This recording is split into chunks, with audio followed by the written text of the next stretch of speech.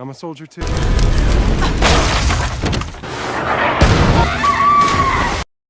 Movie की शुरुआत में एक बीच पर जूलिया नाम की औरत प्लेन से आने वाले मेहमानों का इंतजार कर रही होती है और जब वो प्लेन आते हुए देखती है तो वो खुशी से होटल की तरफ भागती है रॉर को बताने के लिए। फिर वो दोनों ऑफिस से निकल जाते हैं। मेलेनी सबसे पहली मेहमान होती है जो प्लेन से निकलती है। उसके बाद जेडी और उसका भाई ब्रेक्स आता है और जैसे ही पैट्रिक प्लेन से बाहर आता है वो पीछे मुड़कर ग्वेन के प्लेन से बाहर आने में मदद करता है। मिस्टर रोआर की असिस्टेंट जूलिया उन सब का स्वागत करती है और प्रतियोगिता जीतने के लिए शुभकामनाएं देती है। तभी दिखाते हैं कि एक डेमन नाम का आदमी उन सबको दूर से देख रहा होता है। जेडी और ब्रेक्स को बाहर में रुकने के लिए बोलते हैं जब तक उनके रूम को तैयार नहीं किया जाता और बाकी सबको उनके रूम्स में जाने के लिए कह देते हैं। फिर पैट्रिक की होटल के नौकर के साथ एक अजीब सी बहस होती है और मेलिना अपना बैग खोलकर सामान निकालना शुरू करती है। जूलिया ग्वेन को उसके कमरे में लेके जाती है और उसको रोआर के बारे में बताती है कि कैसे वो इस आइलैंड पर लोगों की कल्पना को पूरा करता है जो कि वो लोगों से पहले एक पेपर पर पूछता है। जूलिया ग्वेन को ये बात बताकर उस कमरे से बाहर जाती है तो उसकी नाक से खून निकल जाता है। ग्वेन शाम की तैयारी कर रही होती है कि उसे कुछ अजीब सी आवाज सुनाई देती है और वो देखती है कि वो आवाज कहाँ से आ रही है। तो वो शीशे में एक जले हुए आदमी को देखती है। वो पीछे मुड़कर देखती है तो वहाँ कोई नहीं होता। बाद में वो दूसरों के साथ पार्टी में शामिल होती है जहाँ जेडी और ब्रेक्स अभी भी अपने रूम के लिए वेट कर रहे होते हैं और पैट्रिक के साथ झगड़ रहे होते हैं। फिर मेलेनी उन सब की बातों के बीच में आती है और उन सब से उनकी कल्पना के बारे में पूछती है, लेकिन उन लोगों की बात इस पर शुरू हो जाती है कि आखिर ये कल्पना पूरी कैसे की जाती है। अचानक रॉर्क वहां आता है और उन सब का फैंटेसी आइलैंड पर आने पर उनका स्वागत करता है और उस आइलैंड के 2 रूल्स को बताता है। पहला, हर किसी की सिर्फ एक कल्पना होगी। दूसरा, कि हर किसी को अपनी कल्पना को पूरा करना होगा। रॉर्क कहता है कि सिर्फ आइलैंड ही जानता है कि सबकी कल्पना कैसे पूरी होगी। बताओ, अगर आप किसी ऐसे आइलैंड पर पहुंच जाओ तो आप अपनी कौन सी एक कल्पना को पूरा करना चाहोगे? कमेंट आपके लिए खुले हैं, जरूर बताइएगा। सबसे पहले दोनों भाई अपनी कल्पना को पूरा करने के लिए कहते हैं, इसलिए रोआर्क उन्हें उनकी कल्पना के पास लेके जाता है। वो लोग एक बड़े से मैंशन में पहुंचते हैं जहां पार्टी चल रही होती है। दोनों भाई तब तक वहां मजे करते हैं जब तक वो जले हुए आदमी को उनके सामने नहीं देखते। अब अगली सुबह ग्वेन को रोआर्क ऑफिस में बुलाता है। वो ग्वेन को बताता है कि जो तुमने कल्पना लिखी है वो बहुत बड़ी है, लेकिन वो इसे चुनौती की तरह समझता है जिसे वो पूरा नहीं करना चाहता। फिर रोआर्क ग्वेन से कहता है कि वो उसकी मदद कर सकता है, जिसका उसे सबसे ज्यादा पछतावा भी है। ग्वेन उसे बताती है कि वो चाहती है कि वो अपने एक्स बॉयफ्रेंड के साथ हो और उसकी एक बेटी भी हो, और उसे पछतावा इस बात का है कि उसने अपने एक्स बॉयफ्रेंड का शादी का प्रपोजल ठुकरा दिया था। रोआर्क कुर्सी से उठता है और उसे एक दरवाजा दिखाता है जिसके पीछे ग्वेन की कल्पना होती है, और दरवाजा खोलते ही वे उसी रेस्टोरेंट में पहुंच जाती है जहां एलन ने उसको 5 साल पहले प्रपोज किया था और वहां एलन उसका इंतजार भी कर रहा है। रोआर्क उन दोनों को उनकी सीट दिखाता है और ग्वेन से कहता है, मजे करो। पहले तो वो समझ नहीं पाती कि हो क्या रहा है। उसे लगता है रोआर्क एलियन को आइलैंड पर लेके आया है। रोआर्क उसे बताता है कि फैंटेसी आइलैंड पर सब कुछ हकीकत जैसा होता है। इसी बीच पैट्रिक और मेलेनी अपनी कल्पनाओं के बारे में बात कर रहे होते हैं। पैट्रिक बताता है कि उसे हमेशा से एक फौजी बनना था, पर एक घटना की वजह से वो पुलिस वाला बन गया। मेलेनी बताती है कि उसे उससे बदला लेना है जिसने उसको हाई स्कूल में परेशान किया था। तभी रोआर्क वहां पहुंचता है और मेलेनी को उसकी कल्पना के बारे में बताता है, और फिर वो एक लिफ्ट में जाती है जो उसको नीचे कंट्रोल रूम में लेके जाती है। उसे वहां लाल रोशनी दिखती है जिसके नीचे एक बटन होता है, और जैसे ही वो बटन दबाती है उसके सामने कुर्सी पर सैलून आ जाती है जिसने उसको हाई स्कूल में परेशान किया होता है।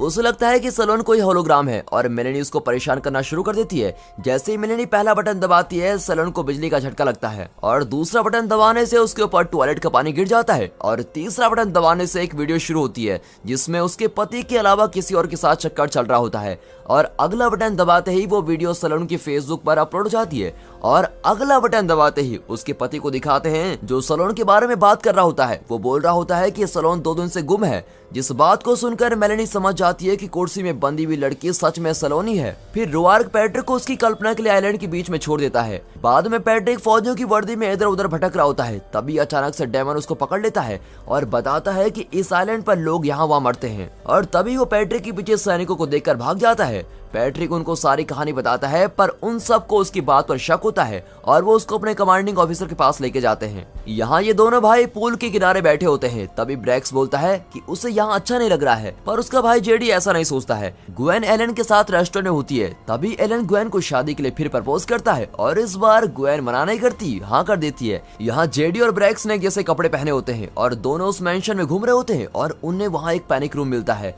और वो सोचते हैं कि सभी अमीर लोगों के मेंशनों में पैनिक रूम जरूर होता होगा। उसके बाद उन्हें एक हथियारों से भरा हुआ कमरा मिलता है जिसमें हर तरीके के हथियार होते हैं, जैसे बंदूकें और बॉम्ब्स, बाकी सब कुछ। दोनों भाई बीच पर जाते हैं और बॉम्ब से खेलना शुरू कर देते हैं और एक बॉम्ब को पानी में फेंक देते हैं। तभी पैट्रिक और दूसरे सैनिक बॉम्ब की आवाज को सुनते हैं। जब वो आइलैंड के दूसरी तरफ होते हैं, सैनिक पैट्रिक को अपने कमांडिंग ऑफिसर के पास लेके जाता है। जब वो उनको देखता है तो वो डर जाता है। वो रुआर्क को आवाज लगाता है और बोलता है उसने ये सब नहीं मांगा था।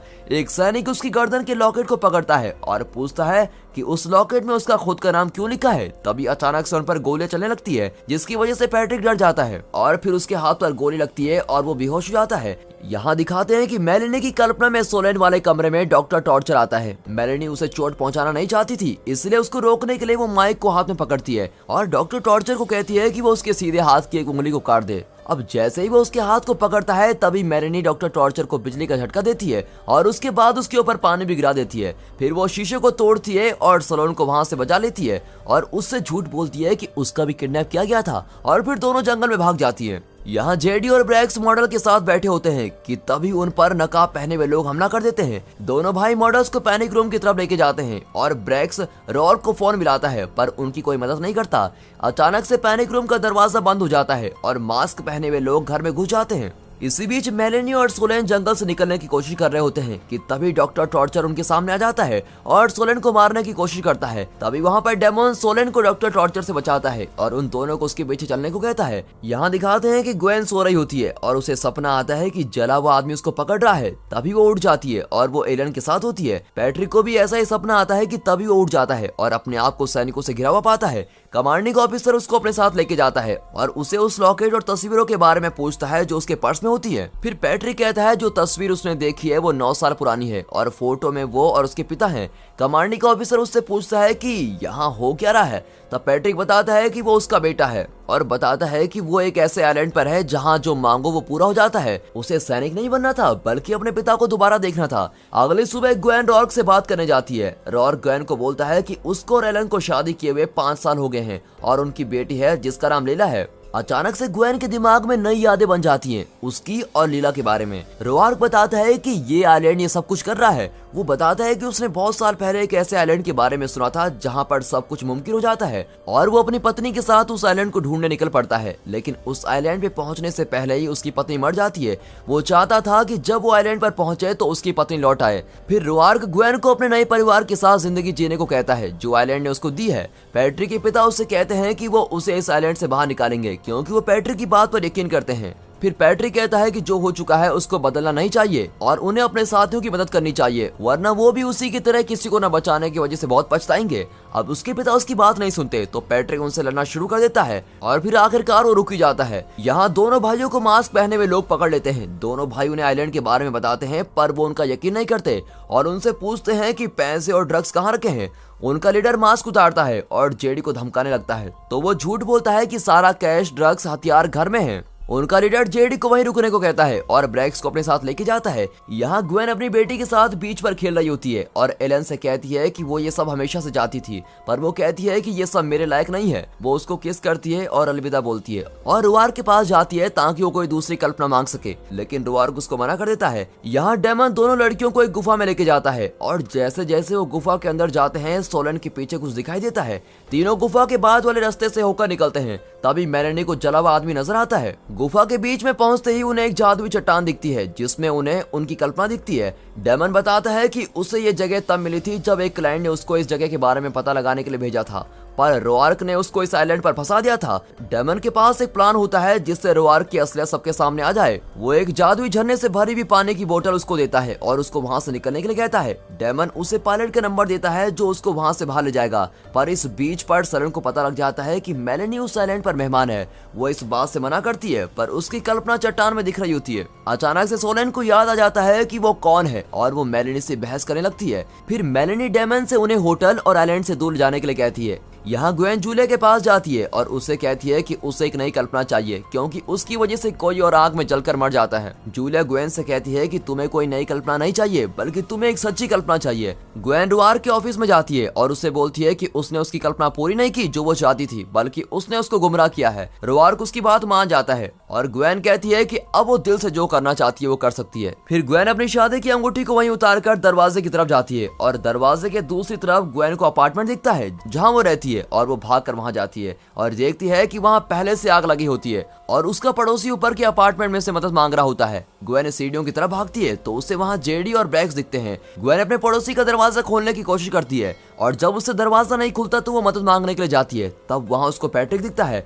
पैट्रिक बहुत ही डरा हुआ होता है, जिसकी वजह से वो मदद करने से मना कर देता है और उसे बोलता है कि वो आग बुझाने वाले का इंतजार करें। लेकिन वो फिर भी बिल्डिंग के अंदर चली जाती है और दरवाजा तोड़ने के लिए कुछ ढूंढने लग जाती है, लेकिन वो धुएं की वजह से गिर जाती है। फिर यहाँ दिखाते हैं कि ब्रैक्स उन गुंडों को गैरेज में चकमा देकर आर्मरी में घुस जाता है और उन पर बंद दरवाजे के पीछे से बड़ी सी बंदूक से उन पर गोलियां चला देता है। अब डेमन और लड़कियों को गोलियों की आवाज सुनाई देती है और दोनों फिर से लड़ना शुरू कर देती हैं। तभी डेमन उन्हें रोकता है और कहता है कि लड़ने से कोई फायदा नहीं होगा। अचानक से डॉक्टर टॉर्चर डेमन पर हमला कर देता है। सोलेन और वो सब उससे पीछा छुड़ाने की कोशिश करते हैं, पर आखिर में डेमन डॉक्टर टॉर्चर को एक चट्टान से धक्का दे देता है और साथ में खुद भी वहां से नीचे गिर जाता है। मेलेनी नीचे से नक्शा उठाती है और मैंशन की तरफ आगे बढ़ती है। इसी बीच पैट्रिक के पिता उसे बाहर रुककर उन पर और उनकी आदमियों पर नजर रखने के लिए कहता है। जब वो जेडी और ब्रैक्स के घर में घुसे, ब्रैक्स एक बॉम्ब लेकर आर्मरी से बाहर निकलता है और उन सब से उनकी बंदूकें नीचे रखने को कहता है और फिर वो खुद मास्क को पहन लेता है ताकि उसके भाई की जो रखवाली कर रहा है उसे पता न लगे कि वो कौन है।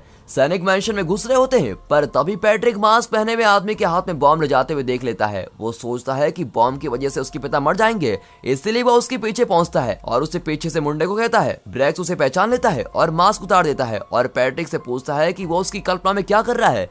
तभी एक आदमी बॉम्ब को पकड़ता है और दूसरा पैट्रिक से लड़ने लगता है। जब उसकी बंदूक गिर जाती है तो लड़ने की आवाज को सुनकर जेडी के ऊपर जो आदमी ध्यान दे रहा था वो देखने आता है। तभी एक सैनिक उसको मार डालता है और वो जेडी और मॉडल्स को बचाने के लिए अंदर घुसते हैं। फिर ब्रैक्स मेन आदमी से बॉम्ब के लिए लड़ रहा होता है और पैट्रिक दूसरे आदमी से बंदूक के लिए। तभी सैनिकों को आता देख मेन आदमी उन पर बॉम्ब फेंकने लगता है कि तभी पैट्रिक उस पर गोली चला देता है और ब्रैक्स किसी तरह बॉम्ब को गिरने से बचा लेता है। वे सभी खुश होने लगते हैं कि वो बच गए हैं। तभी जेडी को गोली लग जाती है और अब वो सभी पीछे हटने लगते हैं। लगभग सभी सैनिक और पैट्रिक के पिता लड़ते हुए मर जाते हैं, पर पैट्रिक और ब्रैक्स किसी तरह वहां से निकल जाते हैं। यहाँ साथ साथ मेलेनी मान जाती है कि उसी की वजह से सोलेन इस आइलैंड पर है और तभी वो कहती है कि होटल जाने की जगह हमें तुम्हारे पति को फोन करना चाहिए और उसे पायलट का नंबर दे देना चाहिए। फिर सोलेन का पति उसकी मदद करने के लिए मान जाता है। उसी वक्त में जूलिया ग्वेन को जलते हुए अपार्टमेंट से उसे जिंदा बाहर निकाल लेती है। पैट्रिक और ब्रैक्स को मेलेनी और सोलेन कंट्रोल रूम में मिलती है और फिर वो सभी होटल की तरफ भाग जाते हैं, पर तभी रोआर्क और उसके आदमी उन्हें वहां रोक लेते हैं। अचानक से ग्वेन आ जाती है और उन्हें बताती है कि उसे पता लग गया है कि वो सभी उसके पड़ोसी की कल्पना के हिस्सा है, जिसका नाम निक होता है। वो सभी किसी प्रकार से निक से जुड़े हुए हैं और सभी एक अच्छी कल्पना में नहीं बल्कि एक बदले की कल्पना में है। रोआर्क इस बात को मान लेता है और उन्हें कहता है कि निक की मौत के बदले उन सबको मरना होगा। अचानक से उन्हें प्लेन की आवाज सुनाई देती है जो कि आइलैंड की तरफ आ रहा होता है। जब वो वहां पहुंचते हैं तो मास्क पहने हुए लोग प्लेन को उड़ा देते हैं। अब सभी लोग भागकर जंगल की तरफ जाते हैं और समझ जाते हैं कि इस कल्पना को रोकने के लिए उन्हें उस झरने को बॉम्ब से उड़ाना पड़ेगा। जैसे वो गुफा में जाते हैं तो उन्हें अजीब सी चीजें दिखने लगती है। पैट्रिक के ऊपर कोई हमला कर देता है और उसे पानी के अंदर खींचने लग जाता है। जब वो खुद को पानी से बाहर निकाल लेता है तब वो देखता है कि एक ज़ॉम्बी जो उसके पिता की तरह दिखता है वो उससे लड़ने लगता है। पैट्रिक किसी तरह पानी से बाहर निकलता है और मेलेनी उसके पेट में चाकू घुसा देती है। सोलेन को उसकी जैसे एक औरत दिखती है जो उसकी नकल करती है जैसे वो स्कूल में किया करती थी, पर सोलेन कहती है कि वो ऐसा कभी भी नहीं करेगी। तभी उस पर डॉक्टर टॉर्चर हमला कर देता है। ब्रैक्स भाग रहा होता है कि तभी उसे अपना भाई जेडी दिखता है जो उसे कहता है कि तुम्हें मर जाना चाहिए था। तभी जेडी की आंखों से काले आंसू निकलने लगते हैं। ग्वेन को अपनी बेटी दिखाई देती है और वो उसे निक के पास लेके जाती है। ग्वेन उसे मरता छोड़ने के लिए माफी मांगती है कि तभी उसे पैट्रिक की चीख सुनाई देती है। ग्वेन को ब्रैक्स मिलता है और तभी मेलेनी उसके कमरे में आती है और कहती है ये बदले की कल्पना उसकी है। वो बताती है कि उसने ही बदला लेने के लिए इस आइलैंड पर ये सब शुरू किया है, क्योंकि वो निक से सिर्फ एक डेट पर गई थी जो उसे बहुत ही पसंद आई थी, पर जिस रात निक मरा वो उससे उस दिन दूसरी बार मिलने वाली होती है। मेलेनी कहती है कि किसी न किसी तरह निक उन सभी की वजह से मरा है। फिर सोलेन उसका ध्यान भटकाती है जिससे ग्वेन उसका चाकू छीन ले और ब्रैक्स उसके हाथ से बॉम्ब। अब तीनों झरने के पास पहुंच जाते हैं। तभी रोआर्क आता है और बताता है कि वो इस जगह में फंसा हुआ है ताकि वो अपनी पत्नी के साथ हमेशा रह सके। जूलिया हर दिन आइलैंड पर दिखती है जैसे वो उससे पहली बार मिला होता है। फिर ग्वेन उससे मदद मांगती है, पर तभी मेलेनी वहां जाती है और कहती है कि ये कल्पना खुद ही खत्म होनी चाहिए और रोआर्क बॉम्ब को पानी में फेंक देता है। जूलिया उसका बाहर इंतजार कर रही होती है और उससे कहती है कि उसे सही काम करना चाहिए, इसलिए वो वापस आता है और उन्हें बताता है कि वो सबको बचा सकता है। पैट्रिक अभी भी जिंदा होता है और मेलेनी को कहता है कि वो उसके बदले सबको छोड़ दे, पर सोलेन एक ऐसी होती है जिसकी अभी तक वहां कोई कल्पना नहीं होती। तो तभी वो झरने का पानी पी लेती है और मांगती है कि मेलेनी और निक दोबारा से एक हो जाएं। निक मेलेनी को पकड़ता है और उसको झरने में खींच लेता है। पर वो बाहर आती है और बॉम्ब को उनकी तरफ फेंक देती है। अब पैट्रिक सबको बचाने के लिए बॉम्ब पर कूद जाता है। फिर दिखाते हैं कि अगले दिन ग्वेन, ब्रैक्स और सोलेन होटल की लॉबी में मिलते हैं, जहां रोआर्क उनको बताता है कि पैट्रिक ने खुद मरकर उनको बचाया है। वो उनके निकलने का इंतजाम करता है और ग्वेन पूछती है कि वो अब यहाँ क्या करेगा। वो कहता है कि वो इसी आइलैंड पर रहना चाहता है बिना किसी पछतावे के। रोआर्क ब्रैक्स से कहता है कि वो अभी तक अपने भाई की कल्पना में था, जिस वजह से उसकी एक इच्छा बाकी थी। ब्रैक्स कहता है कि वो अपने भाई को दोबारा जिंदा देखना चाहता है, पर उसके लिए उसे इसी आइलैंड पर हमेशा के लिए रुकना पड़ेगा। अब ग्वेन और सोलेन प्लेन के अंदर जाते हैं और जैसे ही वो प्लेन उड़ने वाला होता है उन्हें जेडी प्लेन में दिखता है और वो उन्हें कहता है कि वो उनके साथ नहीं जाएगा। और दोस्तों, ये मूवी यहीं पर खत्म होती है। And finally thanks for watching.